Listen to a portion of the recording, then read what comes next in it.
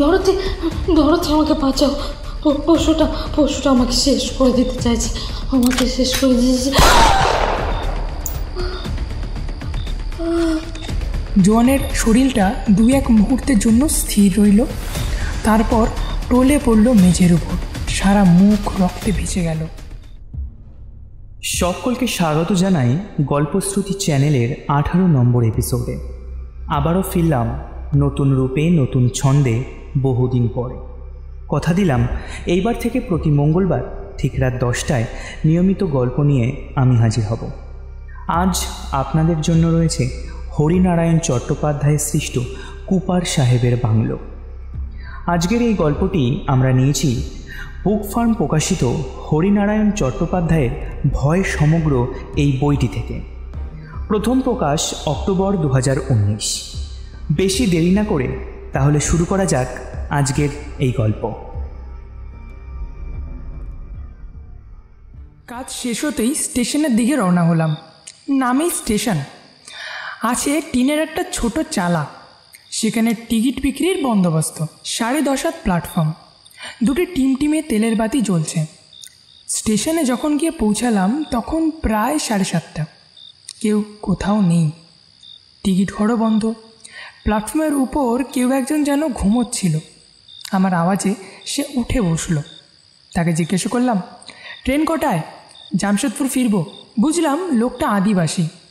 দুহাতে চোখ মুছে বিস্মিত দৃষ্টি মেলে কিছুক্ষণ আমাকে দেখল, তারপর বলল, আগে বাবু 6:30টায় শেষ ট্রেন চলে গিয়েছে, আবার ট্রেন কাল বেলা 10টায়। সর্বনাশ! তাহলে রাত কাটাবো কোথায়?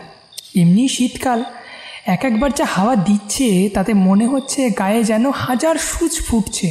স্টেশনে কোথায় শুব তার তো উপায় নেই। তাড়াতাড়ি বেরিয়ে এলাম। সাইকেল রিক্সার কোনো চিহ্নও নেই। লোকটা বোধহয় আমাকে নামিয়ে দিয়েই চলে গেছে। আবার প্ল্যাটফর্মে ফিরে আসলাম, সেই আদিবাসীটির সামনে। তাকে জিজ্ঞাসা করলাম, এখানে কোনো হোটেল আছে? হোটেল? লোকটা এমনভাবে চেয়ে রইল যেন হোটেল শব্দটা সে প্রথমবার শুনেছে। বুঝিয়ে দেওয়ার ভঙ্গিতে বললাম, আরে সরাইখানা, যেখানে রাতটা কাটাতে পারি।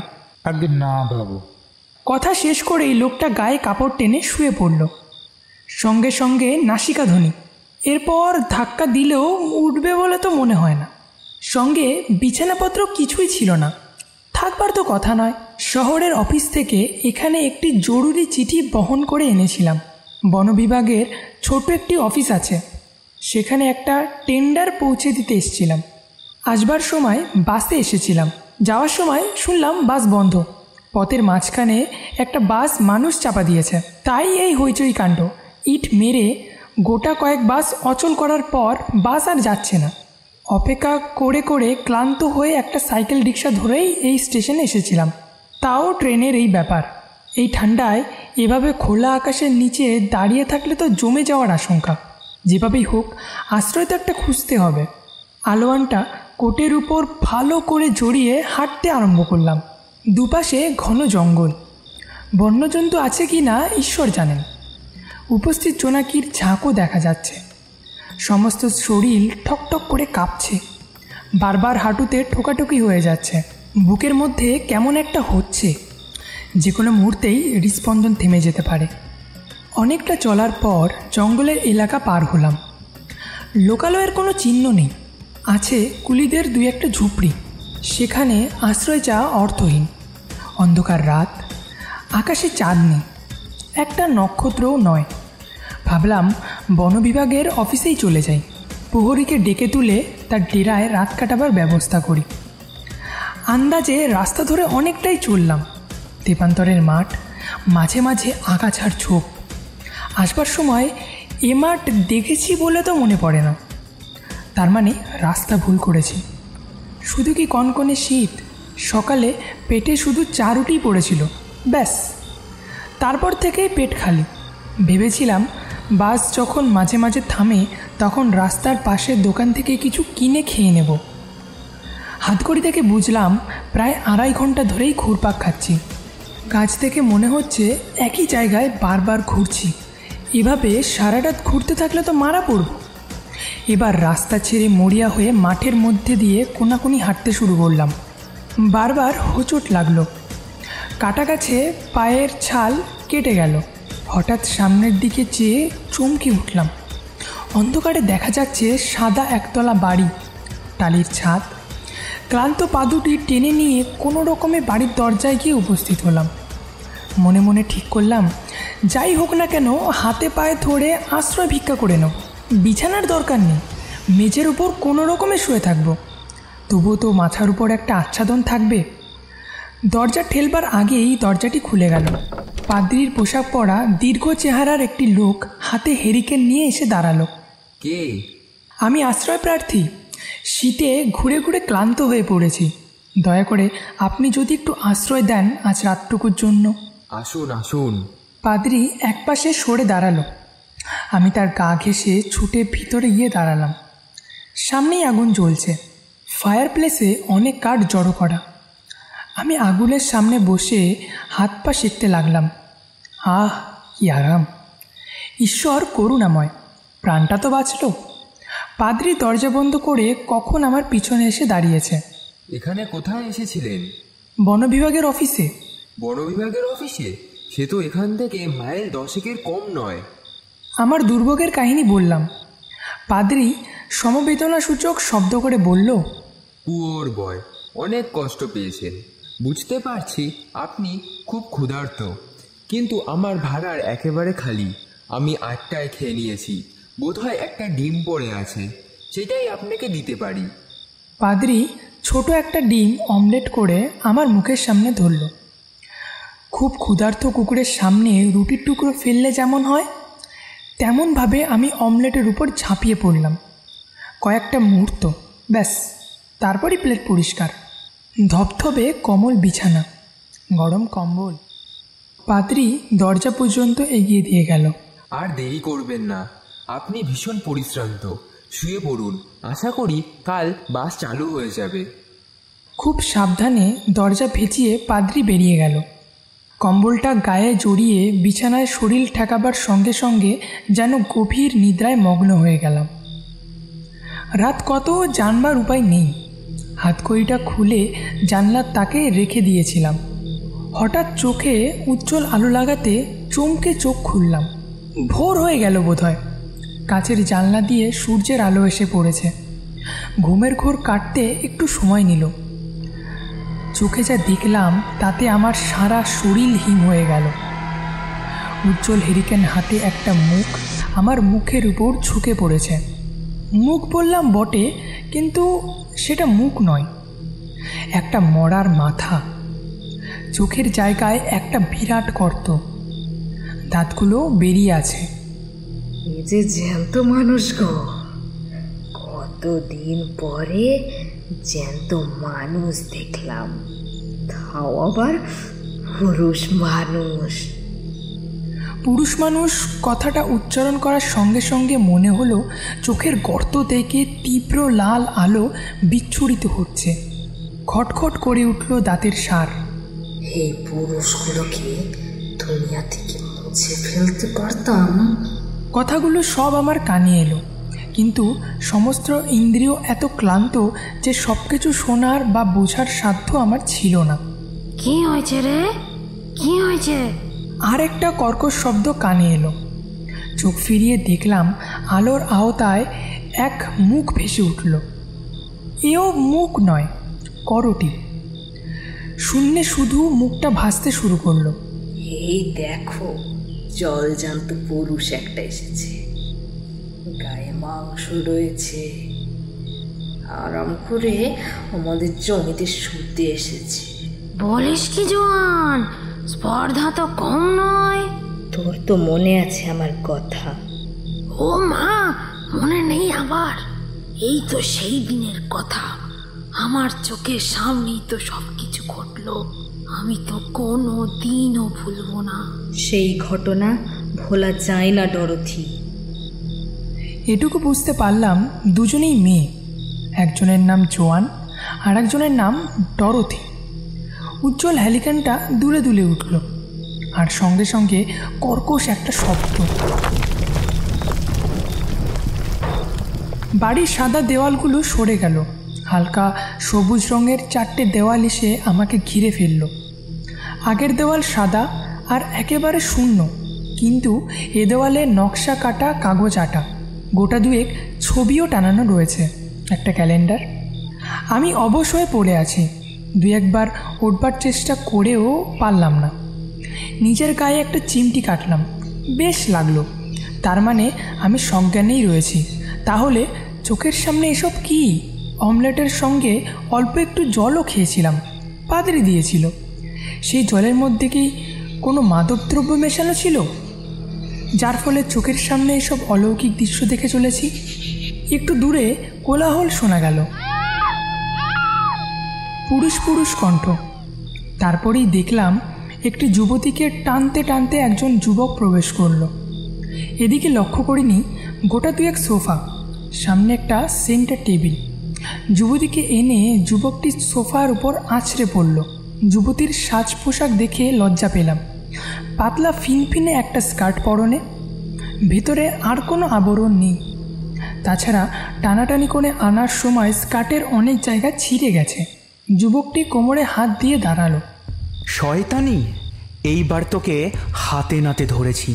বল, জানলা দিয়ে যে লোকটা পালালো সে কে? যুবতী মাথা নাড়ল। আর্থার, ভুল দেখেছো তুমি। নিশ্চয়ই ক্লাব থেকে নেশা করে এসেছো। আমি তোমার দেরি দেখে বিছানায় শুয়ে পড়েছিলাম। জানি তোমার কাছে ডুপ্লিকেট চাবি আছে, ঢুকতে কোনো অসুবিধা হবে না। যিশুর দিব্যি, তোমাকে আমি সত্যি কথা বলছি। যুবক সজোরে যুবতীকে একটা লাথি মারল। যুবতী সামলাতে না পেরে সোফা থেকে মেঝার উপর গড়িয়ে পড়ল। তোর এই পাপ মুখে যিশুর পবিত্র নাম উচ্চারণ করিস না। যে লোকটা পালালো সে কপার কারখানার ম্যানেজার হালদার, তা কিন্তু আমি জানি। তোদের এই বাড়বাড়ন্ত অনেক দিন থেকে চলছে, সে খবরও আমি রাখি। আমি শুধু তোদের ধরবার অপেক্ষায় ছিলাম। তুমি মিথ্যা দোষারোপ করছো আর্থার। ডরথিকে জিজ্ঞাসা করো, সে তোমাকে সব কথা বলবে। আর্থার মাটিতে থুতু ফেলল। সে তো আর একটা শুকরি। তার কাজ কলোনির মেয়েদের পুরুষ জোগানো স্বামীর অনুপস্থিতিতে, তা আমার জানতে বাকি নেই। তাকেও আমি ছাড়ব না। সে অনেক ঘরের শান্তি নষ্ট করেছে, তাকে দুনিয়া থেকে হটাতে হবে। তুমি সব বাজে কথা বলছো। নিজের দোষ ঢাকবার জন্য এসব কথার অবতারণা করছো তুমি। আমি ক্লাবে জুয়া খেলি, মদ খাই, কিন্তু কোনোদিন কোনো মেয়ে ছেলের দিকে চোখ তুলে চেয়েছি? কেউ বলতে পারবে? হ্যাঁ হ্যাঁ, জানি। পুরুষ মানুষের 7 খুন মাফ। দোষ করে আবার উল্টো পাল্টা কথা। এবার আর্থার সজোরে যুবতীর পেটে একটা লাথি মারল। 2 হাতে পেট চিপে ধরে যুবতী চেঁচিয়ে উঠল। কি সর্বনাশ করছো তুমি? জানো না আমার পেটে তোমার সন্তান, আমাদের ভবিষ্যৎ বংশধরকে তুমি মেরে ফেলবে। আর্থার যুবতীর চুলের মুঠি ধরে টেনে তুলতে যাচ্ছিল। কথাটা শুনে থমকে দাঁড়িয়ে পড়ল। আমার সন্তান? নিশ্চয়, তোমার ছাড়া আর কার? জন আর আর্থার পিটারের সন্তান। ছেলে হলে নাম রাখবো ড্যানিয়েল, আর মেয়ে হলে ক্যারোলিন। জোয়ান আর বলতে পারল না। আর্থারের উৎকট হাসির শব্দে মাঝপথেই থেমে গেল। দেওয়ালে একটা কোট টানানো ছিল। হাসতে হাসতে আর্থার পকেট থেকে একটা খাম বের করলো। তারপর সেই খাম খুলে একটা কাগজ বার করে চেঁচিয়ে উঠল। দেখো, ডাক্তার সেনের রিপোর্ট। আমি কোনোদিন সন্তানের জন্ম দিতে পারবো না। গত যুদ্ধ আমার এই সর্বনাশ করেছে। অপারেশন করে গুলি বের করার সময় আমার পৌরস্বত্ব হরণ করেছে। কাজেই যেটা তোর পেটে এসেছে সেটা নেটিভ হালদারের দান। নিজের কথায় নিজে ধরা পড়েছিস। শয়তান, আজ তোর শেষ দিন। আর্থার কোমর থেকে রিভলভার বার করল। রিভলভার দেখে জোয়ান মরিয়া হয়ে আর্থারের উপর ঝাঁপিয়ে পড়ল। দুজনেই ধস্তাধস্তি শুরু করল। আমি বুঝতে পারলাম ঘামে আমার সমস্ত দেহ ভিজে গেছে। চেঁচাতে গিয়ে দেখলাম গলা থেকে কোনো স্বর বের হচ্ছে না। চোখের সামনে একটা নরকীয় কাণ্ড ঘটে যাবে, অথচ আমি অসহায়ের মতো তাই দেখব। ভাবতেও খারাপ লাগলো, কিন্তু আমি নিরুপায়। উঠে বসবার শক্তিও আমার কাছে ছিল না। কি হচ্ছে কি আর্থার? বাড়িটা নরককুণ্ড করে তুলেছ যে। জানলার কাছে আরেকটি তরুণী এসে দাঁড়ালো। জোয়ান মেয়েটিকে দেখে চিৎকার করে উঠল, ডরথি, ডরথি, আমাকে বাঁচাও। পশুটা আমাকে শেষ করে দিতে চাইছে, আমাকে শেষ করে দিয়েছে। জোয়ানের শরীরটা 2-1 মুহূর্তের জন্য স্থির রইল, তারপর টলে পড়ল মেঝের উপর। সারা মুখ রক্তে ভিজে গেল। খুন, খুন, আর্থার খুন করেছে।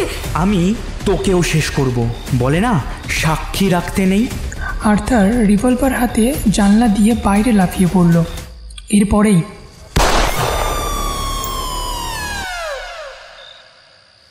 তারপরেই অখণ্ড নিস্তব্ধতা। বোঝা গেল আর্থারের দ্বিতীয় গুলিতে ডরথি খতম। আবার উঠবার চেষ্টা করলাম, পারলাম না। বিরাট একটা কাঠের চাকা যেন ঘুরছে। দেওয়ালগুলো আবার সরে গেল। বুঝতে পারলাম আবার পুরনো দেওয়ালগুলো হয়তো ফিরে আসবে, পুরনো পরিবেশ। কিন্তু না, এবার আর কোনো দেওয়াল ফিরে এলো না। পরিবর্তে কনকনে ঠান্ডা হাওয়া, হাড়ের মধ্যে রক্ত জমিয়ে দেওয়ার মতো অবস্থা। হাত দিয়ে অনুভব করলাম বিছানা উধাও। ভিজে ঘাসের উপর শুয়ে আছি।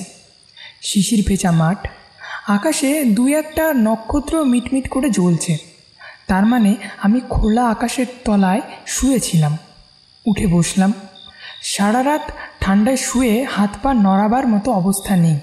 অনেক কষ্ট করে উঠে বসলাম। রাত প্রায় শেষ। পূর্ব দিকে আলোর আঁচড়। এইবার হয়তো ভোর হবে। একটু করে আলো ফুটল। পরিবেশের দিকে নজর দিতেই এইবার চমকে উঠলাম। কবরখানার মধ্যে শুয়ে আছি। একেবারে দুপাশে 2টো কবর। ঝুঁকে পড়ে প্রস্তর ফলকের লেখা পড়লাম, জোয়ান পিটার, জন্ম 1926, মৃত্যু 1950। এপাশের প্রস্তর ফলকে দেখলাম ডরথি জোন্স, জন্ম 1920, মৃত্যু 1950। জানি না এগিয়ে গেলেও আর্থারের কবরও দেখতে পাবো কি না। আগ্রহ আর সাহস কোনোটাই হয়নি। বুঝতে পারলাম মেরুদণ্ড বেয়ে ঠান্ডা এক শিহরণ, বুকের স্পন্দন অত্যাধিক দ্রুত। যেমন করেই হোক এ পরিবেশ ছেড়ে পালাতেই হবে। সম্ভবত কাল আশ্রয়ের আশায় মাঠে মাঠে ঘুরে ক্লান্ত হয়ে কবরখানায় হয়তো শুয়ে পড়েছিলাম। তারপর উত্তেজিত মনে বিচিত্র এক স্বপ্ন দেখেছি। উঠে পড়লাম। রাস্তার দিকে এগোতেই পাদ্রির সাথে দেখা হয়ে গেল। একটা শাল গাছের নিচে পাদ্রি দাঁড়িয়ে আমাকে দেখে বলল, আশা করি ভালোই ঘুমিয়েছেন। এই রাস্তা ধরে সোজা চলে যান, বাস স্টপ পাবেন। প্রথম বাস এখানে 6:10-এ। মাথাটা ঘুরে উঠল। পিছনের দিকে ফিরে দেখলাম ঘন কুয়াশায় কবরখানা ঢাকা পড়ে আছে, কিচ্ছু দেখা যাচ্ছে না। পাদ্রিকে বললাম, কাল তো আমি আপনার বাড়িতেই আশ্রয় নিয়েছিলাম। পাদ্রি বলল, হ্যাঁ, এখানে আমার বাড়িকে সবাই বলে কুপার সাহেবের বাংলো। কিন্তু আমি কিছুই বুঝতে পারছি না। রাত্রে অদ্ভুত সব স্বপ্ন দেখেছি, জোয়ান, ডরথি আর আর্থারের নৃশংস হত্যাকাণ্ড। জেগে উঠে দেখি কবরখানায় শুয়ে আছি। কী সব বলছেন? ওই তো আমার বাংলো। পেছন ফিরে কিছুই দেখতে পেলাম না। সামনের দিকে চেয়ে দেখলাম গাছতলায় পাদ্রি নেই, একেবারেই ফাঁকা। আবার পিছনে ফিরে দেখলাম কুয়াশা সরে গেছে। কবরখানা পরিষ্কার দেখা যাচ্ছে। প্রস্তর ফলকগুলো রোদে যেন স্পষ্ট হয়ে উঠেছে। আপনারা এতক্ষণ শুনছিলেন হরিনারায়ণ চট্টোপাধ্যায়ের রচিত কুপার সাহেবের বাংলো। গল্প পাঠে সায়ন, জোয়ানের চরিত্রে রূপসা, ডরথির চরিত্রে মৈত্রী, আর্থার ও অন্যান্য চরিত্রে আমি সৌম্যজ্যোতি, পাদ্রির ভূমিকায় অঙ্কন এবং গল্পের সূত্রাধার আমি সৌম্যজ্যোতি। দেখা হচ্ছে পরবর্তী গল্পে। ততক্ষণ সবাই সুস্থ থাকবেন, ভালো থাকবেন।